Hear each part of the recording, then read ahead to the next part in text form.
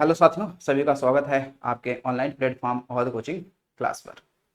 तो आज फिर हम लोगों को भाई रेलवे ग्रुप डी से संबंधित पीवाईक्यू करना है और विषय रहेगा आपका भूगोल। और ये हमारा कौन सा है भाग होगा? छठा भाग। कौन सा होगा? छठा भाग होगा। तो चलिए देखते हैं आज का हमारा पहला क्वेश्चन क्या है। लिखा है, पहला क्वेश्चन है कि ज्वार सबसे ऊंचा कब होता है? आपने पढ़ा होगा समुद्रों में ज्वार भाटा की प्रक्रिया सुना होगा। तो जब सूर्य और चंद्रमा पृथ्वी के एक ही ओर होते हैं, जब सूर्य और चंद्रमा पृथ्वी के विपरीत दिशाओं में होते हैं, जब चंद्रमा और सूर्य के गुरुत्वीय विपरीत दिशाओं में होते हैं, या उपयुक्त में से कोई नहीं। तो देखिए ये सही आंसर आपका क्या है? पहला वाला ऑप्शन आपका क्या है? ज्यादा उपयुक्त है, ज्यादा सही है। यानी कि जब सूर्य और चंद्रमा पृथ्वी के एक ही ओर होते हैं तब कुछ ज्यादा ही ऊंचा क्या आएगा? ज्वार आएगा। यानी कि कहने का मतलब सीधा ये है कि अगर जो ये पृथ्वी है, ये पृथ्वी है और एक ही साइड में यहाँ पे क्या हो जाए आपका चंद्रमा हो जाए, और एक ही साइड में यहाँ पे आपका सूर्य हो जाए, तो अब जो ये पृथ्वी पर जो ज्वार आएगा, ज्वार का मतलब होता है लहरों का उठना। ये है आपका ज्वार और नीचे को आना ये है भाटा। ठीक है, तो ये क्या आपका है? ये है भाई आपका ज्वार। और लहर जब लहरें नीचे जाएंगी तो उसे कहते हैं क्या? भाटा। तो ये जो लहरें हैं, समुद्र की जो लहरें हैं, ज्यादा ऊंचाई पे कब उठेंगी? जब ये तीनों क्या हो? एक ही रेखा में हो तभी।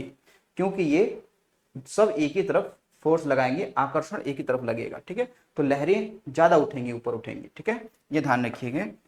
और हमारे भारत में सबसे ऊंची जो ज्वार आता है वो कच्छ की खाड़ी वाले में ओखा तट है, वहां पे आता है। ठीक है, अगर आपसे कहा जाए कि भारत में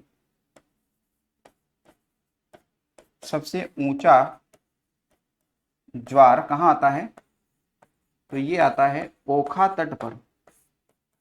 ओखा तट पर। ओखा तट कहाँ पे है? गुजरात में है, कच्छ की खाड़ी वाले हिस्से में है। ठीक है, ओखा तट। खाड़ी पूछेगा तो कच्छ खाड़ी, नहीं तो तट पूछेगा तो ओखा तट। निम्न में से कौन सा राज्य भारत के प्रायद्वीपीय पठार का भाग नहीं है? प्रायद्वीपीय पठार का भाग नहीं है महाराष्ट्र, मध्य प्रदेश, आंध्र प्रदेश या फिर ओडिशा। तो इसमें देखिए मध्य प्रदेश वाला हिस्सा नहीं है, क्योंकि प्रायद्वीपीय पठार का मतलब है साउथ वाला पार्ट, और साउथ में महाराष्ट्र भी आता है और आपका आंध्र प्रदेश भी आता है, उड़ीसा भी आता है, लेकिन मध्य प्रदेश नहीं आता है। तो प्रायद्वीपीय पठार में एमपी नहीं आएगा, बाकी सब आता है। खैबर दर्रा स्थित है तिब्बत और सिक्किम के बीच में, अफगानिस्तान और पाकिस्तान के बीच में, चीन और अरुणाचल प्रदेश के बीच में, या हिमाचल प्रदेश और उत्तराखंड के बीच में।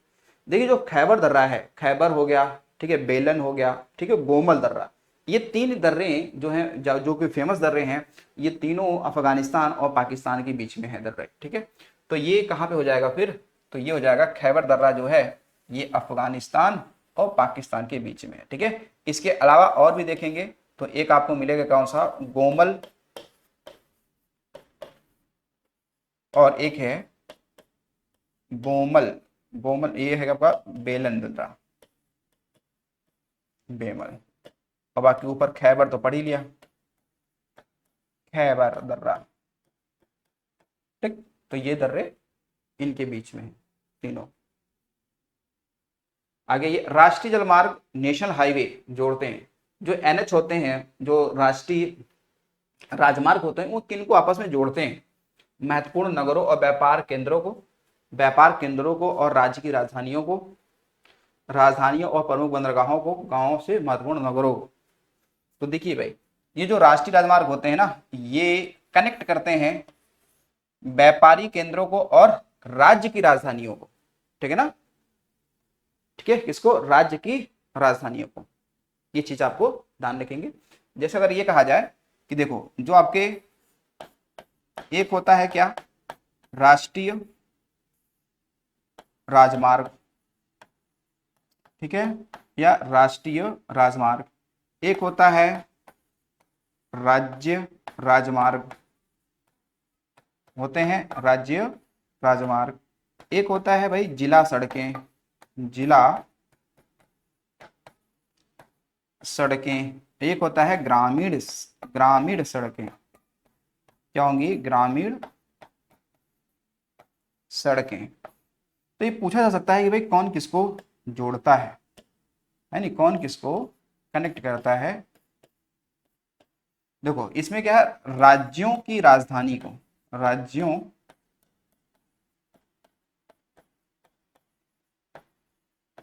की राजधानी को ये कनेक्ट करेगा। जैसे सपोज कर लें आप कि हमने क्या किया कि लखनऊ को जोड़ दिया, यानी कि अगर आपको लखनऊ से जाना है कहाँ पर, लखनऊ से जाना है पटना, तो आपको भैया जाना पड़ेगा किससे, राष्ट्रीय राजमार्ग से होके जाना पड़ेगा। ठीक है, या और तरीके हो सकते हैं, बाई रोड की बात करें तो यही लंबे रूट होते हैं।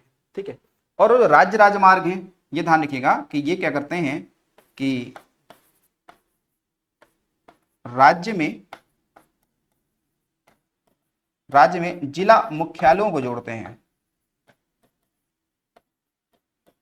ये जिला मुख्यालयों को जोड़ते हैं। ठीक है, जैसे सपोज करो यूपी में हम बात कर लें, जैसे यूपी में लखनऊ को कानपुर को आपस में जोड़ा गया किससे, इससे। जैसे सीतापुर को लखनऊ से जोड़ा गया है नहीं, जैसे लखीमपुर को सीतापुर से जोड़ दिया गया है नहीं। तो यानी कि राज्य में जिला मुख्यालयों को इससे जोड़ा गया है, या फिर हम कहते हैं कि जिला मुख्यालयों को राज्य की राजधानी से भी जोड़ा जाता है इन्हें। ठीक है, यानी कि अगर आप सीतापुर में हैं, अगर आपको लखनऊ जाना है राज्य की राजधानी में, तो आप राज्य राजमार्ग से होकर जाएंगे, है नहीं। तो ये है राज्यों में जिला मुख्यालय को। और जो जिला सड़कें होती हैं, जिला सड़कें क्या काम करती है कि ये किससे जुड़ती हैं, तो ये गांवों को किससे जोड़ेंगी, जिला मुख्यालय को जोड़ेंगी, जिला मुख्यालय को।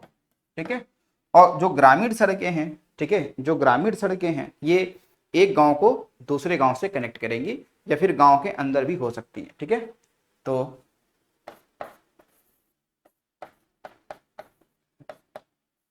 एक गांव को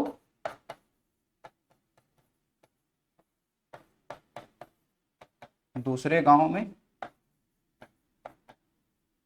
ठीक है, तो ये एक दूसरे गांव को आपस में जोड़ती हैं। तो इसलिए से सही आंसर आपका हो जाएगा राज्य की राजधानियों को। ठीक है, अगला देखिए, निम्नलिखित में से कौन सा शहर अंगूर की पैदावार के लिए प्रसिद्ध है, यानी भारत में। तो भारत में तो अंगूर की पैदावार खूब होती है, नासिक में। कहाँ होती है, नासिक में। और नागपुर तो फेमस है संतरा के लिए, है नहीं। ये किसके लिए है, ये है संतरा के लिए, ये संतरा के लिए है। और बाकी नासिक क्या आपका है, अंगूर। कोयना बांध स्थित है गुजरात में, महाराष्ट्र में, कर्नाटक में, या मध्य प्रदेश में। तो देखिए जो कोयना बांध है ना, ये है आपका कहाँ पर, तो महाराष्ट्र में है। हालांकि कोयना नदी भी है, कोयना क्या है, कोयना नदी भी है। और जो ये कोयना बांध है, इसी बांध के पीछे शिवाजी सागर का है एक जलाशय भी है। तो ये कहाँ पे है, ये महाराष्ट्र में है। खरीफ की फसल काटी जाती है कब, मार्च में, दिसंबर में, नवंबर के प्रारंभ में, या जून के प्रारंभ में। तो वैसे नवंबर में ही इसको काटा जाता है। ठीक है, नवंबर में ही इसको काटा जाता है। जबकि जून जुलाई में क्या होता है, जून जुलाई में उसकी बुआई होती है। यानी कि खरीफ जो है, खरीफ जो फसल की हम लोग बात करते हैं, तो जो इसकी बुआई है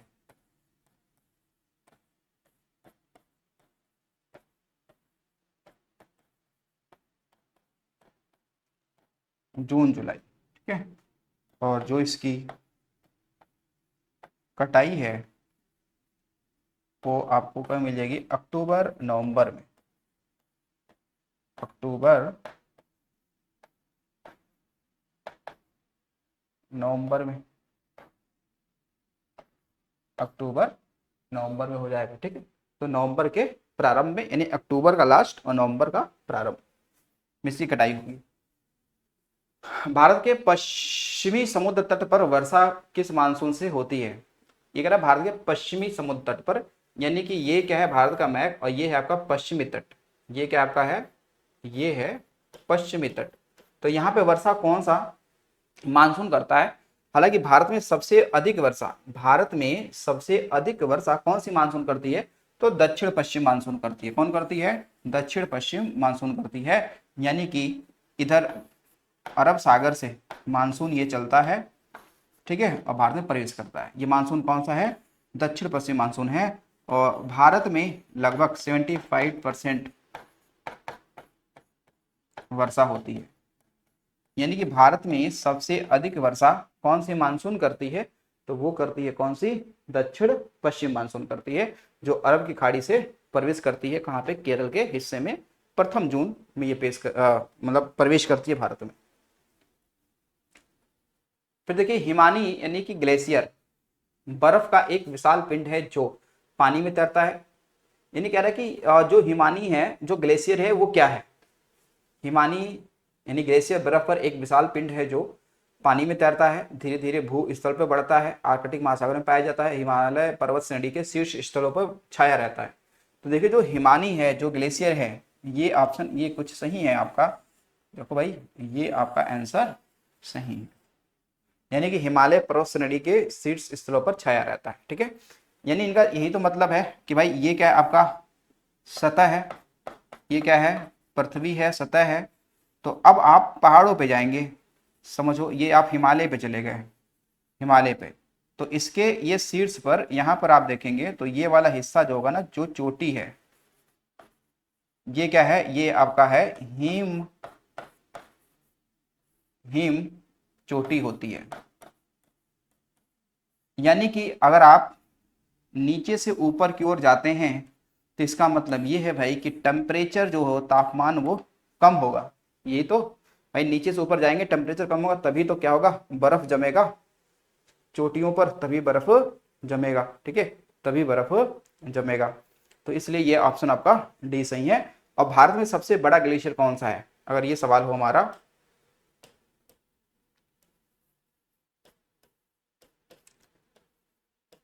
भारत का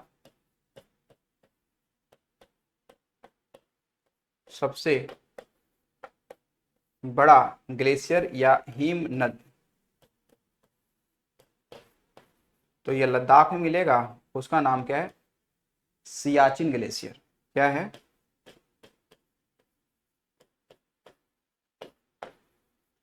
सियाचिन ग्लेशियर। लगभग ये 76 किलोमीटर के आसपास में है, ठीक है, 76 किलोमीटर के आसपास में है। तो ये लद्दाख में है। अगला देखिए, निम्नलिखित में से किस शहर में नौसेना कमान का मुख्यालय नहीं है? मुंबई, चेन्नई, कोच्चि या विशाखापट्टनम? तो कहाँ पे नहीं है? तो ये चेन्नई में नहीं है भाई, ठीक है, चेन्नई में नहीं है क्या इसका मुख्यालय।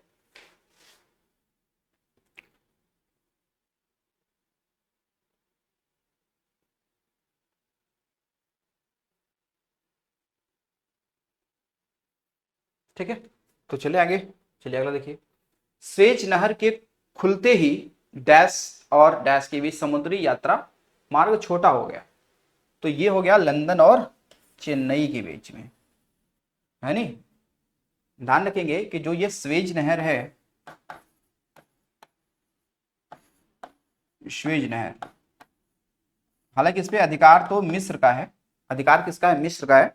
तो आपने इससे पहले पढ़ा था कि जो स्वेज नहर है वो एक कृत्रिम नहर जिसको बनाया गया है, ठीक है। ये 1859 से शुरू हुआ था और 1869 में जाके क्या हुआ? बन के तैयार हुआ, ठीक है, ये बनकर तैयार हुआ। और जब ये स्वेज नहर बन के तैयार हुआ तो भारत और लंदन के बीच में जो दूरी हुई वो दूरी कम हो गई और लगभग 7000 किलोमीटर दूरी ये कम हुई, ठीक है। तो स्वेज नहर, ध्यान रखिएगा, ये किसके अधीन है? इस पे किसका अधिकार है? मिस्र के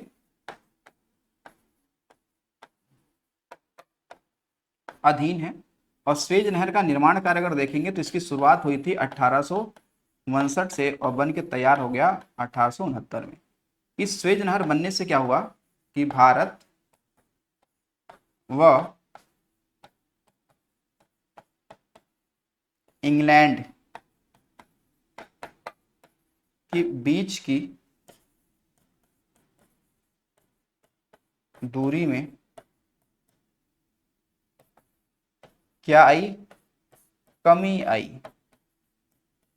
कितनी आई? तो ये कमी आई 7000 किलोमीटर की। यानी कि जब स्वेज नहर नहीं बना था तो हमें एक्स्ट्रा चलना पड़ता था, कितना, 7,000 किलोमीटर एक्स्ट्रा चलना पड़ता था। लेकिन अब क्या है, अब हम क्या कहें, भारत, भारत से अरब सागर, अरब सागर से कहाँ चले गए, तो हम चले गए कहाँ पे, अब न जो आपकी जो लाल सागर है उसमें, और लाल सागर से भूमध्य सागर, भूमध्य सागर से कहाँ चले गए, यूरोप चले गए। ठीक है, तो ये लंदन और चेन्नई के बीच की दूरी क्या हो गई, कम हो गई। ठीक है, धूमकेतु की पूंछ हमेशा सूर्य के दूर रहती है। हाँ तो ठीक तो है, धूमकेतु, धूमकेतु जैसे मानो ये क्या है, सूर्य है, ये क्या है, सूर्य है, और कोई धूमकेतु जब सूर्य की तरफ वो आता है, ठीक है, जब वो सूर्य की तरफ आता है तो उसकी जो पूंछ होती है ना, वो उसके सूर्य के विपरीत होती है। ठीक है, तो ये क्या है, ये धूमकेतु है, ये धूमकेतु का क्या है, पूंछ है।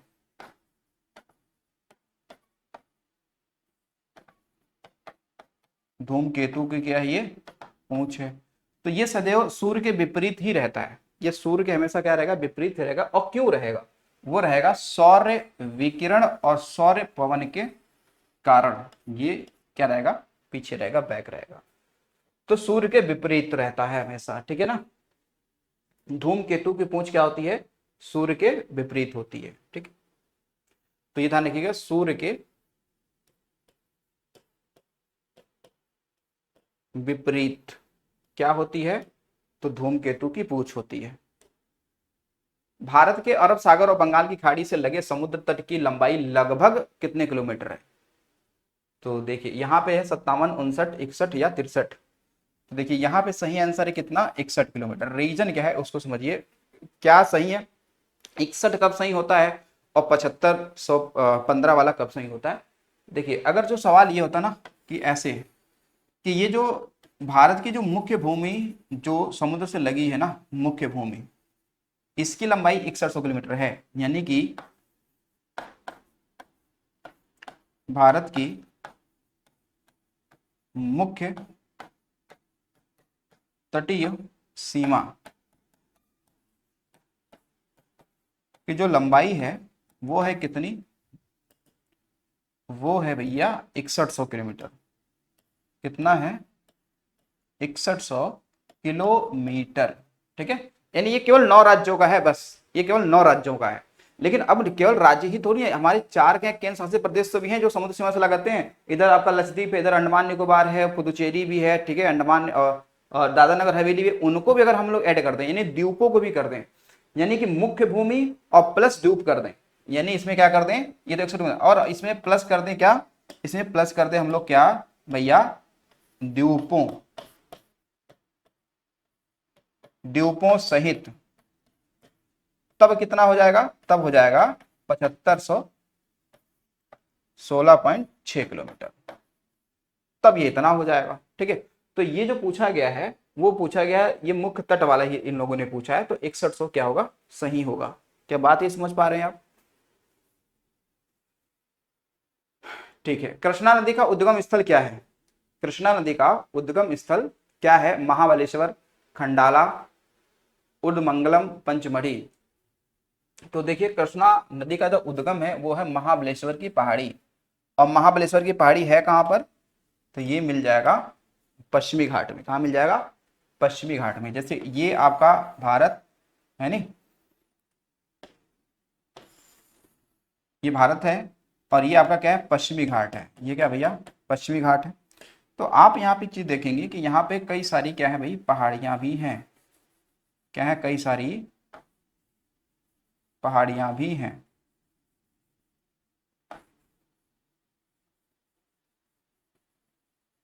यहाँ पे कई सारी होंगे पहाड़ियां। जैसे हम लोग मान लेते हैं कि ये पहाड़ी आपकी कौन सी है, ये हमने यहाँ मान लिया कि ये है त्र्यंबक पहाड़ी। क्या है, त्र्यंबक पहाड़ी। ये पहाड़ी मान लिया आपका महाबलेश्वर पहाड़ी। ये हमने मान लिया ब्रह्मगिरी पहाड़ी, ब्रह्मगिरी पहाड़ी। तो यहाँ से तीनों नदियां निकलती हैं, आपने पढ़ा भी है कि भाई यहाँ से अगर नदी एक जाएगी तो ये नदी कौन सी है, ये तो है गोदावरी। तो गोदावरी नदी एमपी से निकलती है, त्र्यंबक पहाड़ी से, और सॉरी एमपी कह रहे हैं, महाराष्ट्र से निकलती है। और महाराष्ट्र से ही निकलती है कौन सी? कृष्णा नदी, जो कि महाबलेश्वर की पहाड़ी से। और कावेरी निकलती है ब्रह्मगिरी की पहाड़ी से, जो कि है कहाँ पे? ब्रह्मगिरी की पहाड़ी है कर्नाटक में, कुर्ग जिले में। ठीक है, बाकी ये दोनों कहाँ हैं? ये दोनों हैं MH यानी कि महाराष्ट्र में। ठीक है,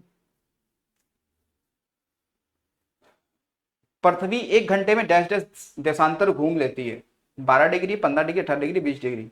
तो पृथ्वी जो है ना 1 घंटे में जो घूमती है वो घूमती है कितनी? 15 डिग्री। क्योंकि आप देखेंगे कि जो पृथ्वी है, पृथ्वी ये 1 घंटे में, 1 घंटा नहीं 24 घंटा करो, पृथ्वी 24 घंटे में कितनी? तो 360 डिग्री घूमती है। 360 डिग्री घूमती है। तो क्या हम ये कह सकते हैं कि पृथ्वी 1 घंटे में कितना घूमेगी? पृथ्वी 1 घंटा में ये कितना घूमेगी? तो हम लोग कह देंगे 360/24, है नी? तो अगर इसे 12 से काटेंगे तो 12 दूनी 24 और 12 तियां 36, यही तो होगा ना? 12 दूनी 24 और 12 तिहाई 36, 2 से काटेंगे तो 15 दूनी 30, यानी कि आ गया कितना?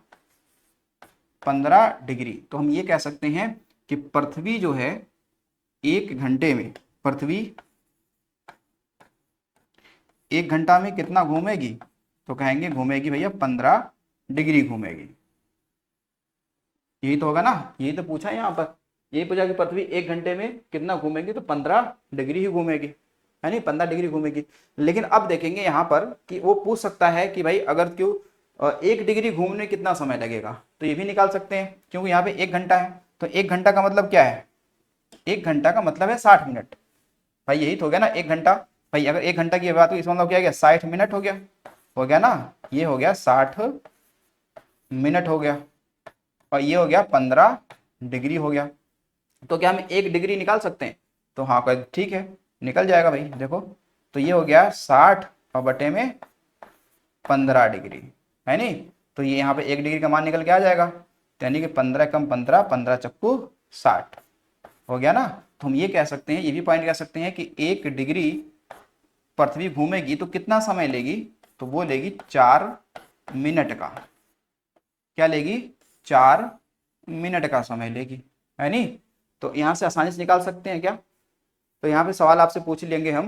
हमने सवाल आपसे क्या पूछा? हमने सवाल आपसे ये पूछा कि बताइए पृथ्वी को 10 डिग्री घूमने के लिए कितना समय लगेगा। और आपसे मैंने पूछा कि पृथ्वी को 10 डिग्री घूमने के लिए कितना समय लगेगा, तो 1 डिग्री में 4 मिनट, तो 10 डिग्री बराबर 40 मिनट हो जाएगा। कितना? 40 मिनट हो जाएगा, है नहीं? तो अगर घंटों में पूछ लेगा तो घंटे का मान यहाँ से निकाल लेंगे कि अगर मान लो कि पृथ्वी को अगर अगर ये कहा जाए कि जो पृथ्वी है और उसको 45 डिग्री घूमना है तो कितना समय लगेगा? तो 1 घंटा में 15, तो 45 हो जाएगा 3 घंटे में। अगर जो उसे 12 डिग्री घूमना है तो कितना समय लगेगा?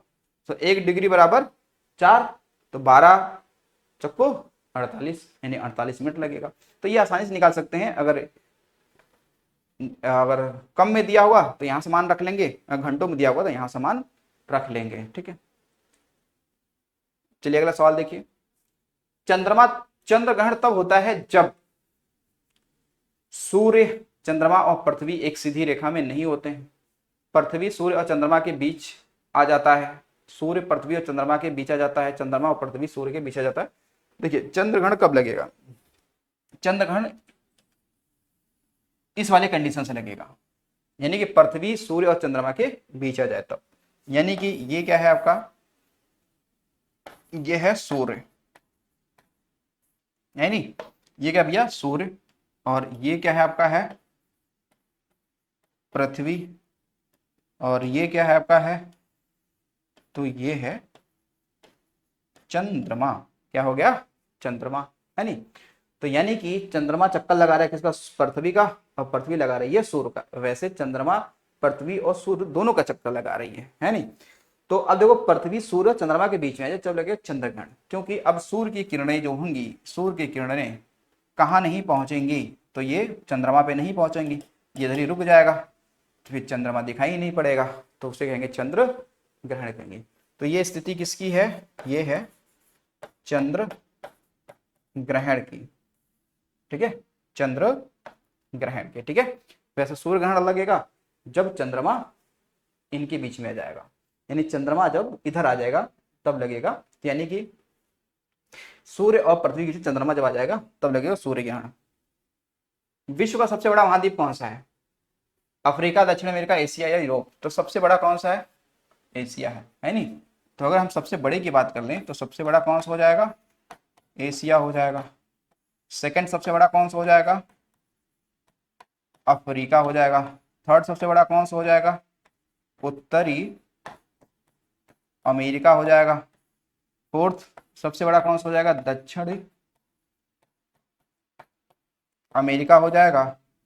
और फिफ्थ कौन सा हो जाएगा, अंटार्कटिका हो जाएगा। और छठा यूरोप, और सातवां ऑस्ट्रेलिया।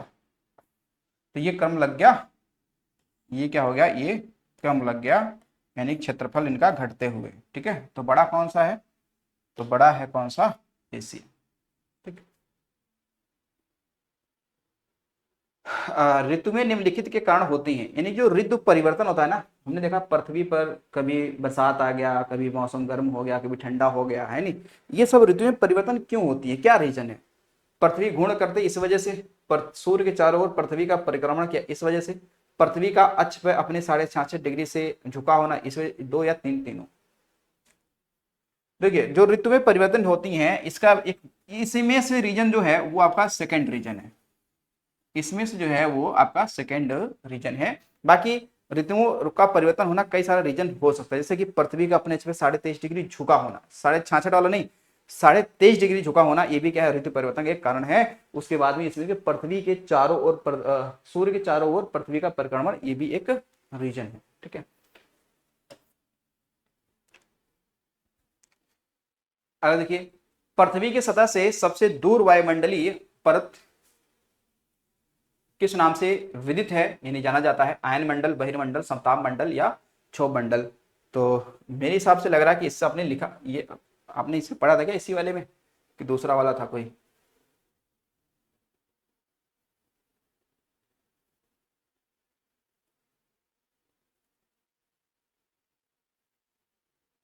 ये सबसे दूर पूछ रहा है ना, तो ये सबसे दूर वाले में आपने यहाँ पे देखिए ये पढ़ा है यहाँ पर, तो ये कह रहा है सबसे दूर, तो सबसे दूर कौन सा, एक्सोस्फेयर, एक्सोस्फेयर को ही कहते हैं बहिर्मंडल, क्या कहते हैं, इसको कहते हैं बहिर्मंडल, बहिर्मंडल है नहीं। तो ये बहिर्मंडल हो जाएगा, क्या इसमें ऑप्शन में था वो, देखो जरा क्या ऑप्शन में था ये,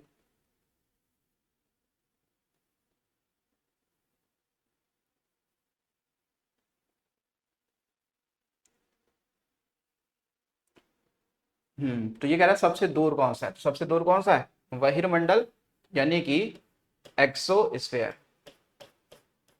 एक्सोस्फेयर, ये जो था ना एक्सोस्फेयर, ये सबसे दूर है। और सबसे पड़ोस में कौन सा है, क्षोभ मंडल, यानी कि टोपोस्फेयर, ठीक है, टोपोस्फेयर। लास्ट सवाल देखिए, निम्न में से किन गुफाओं में त्रिमूर्ति ब्रह्मा विष्णु महेश के मुख्य मंडल की मूर्ति मिली है, एलिफेंटा गुफा, अजंता गुफा, एलोरा गुफा और कन्हेरी गुफाएं। तो ये है भाई कहाँ, एलिफेंटा की गुफाएं। तो एलिफेंटा की गुफाएं को हम लोग कहते हैं क्या, एलिफेंटा, इसे हाथी गुफा भी कह सकते हैं, है नहीं, इसे हाथी गुफा कह सकते हैं। ये कहाँ पे है, तो महाराष्ट्र में, ये कहाँ पे है, महाराष्ट्र में है। तो यहाँ पर त्रिमूर्ति के मुख्य मंडल की मूर्ति मिली है, यानी ब्रह्मा विष्णु महेश, इन तीनों लोगों की मूर्ति मिली है यहाँ पर एक साथ, ठीक है, कहाँ पे, एलिफेंटा की गुफा में, ठीक है। तो ये कहाँ पे है, महाराष्ट्र में है। बाकी अजंता एलोरा की गुफाएं भी महाराष्ट्र के औरंगाबाद के पड़ोस में ही है, ठीक है। तो ये हमारे कितने हो गए, टोटल 20 क्वेश्चन होंगे। आई होप की चीजें आपको समझ में आई होंगी। चलिए मिलते हैं अगली वीडियो में, आज के लिए इतना ही। थैंक्स फॉर वॉचिंग, अच्छा लगा आपको, तो उसको शेयर कर दिया करिए और लाइक भी कर दिया करिए। चलिए मिलते हैं अगली वीडियो में।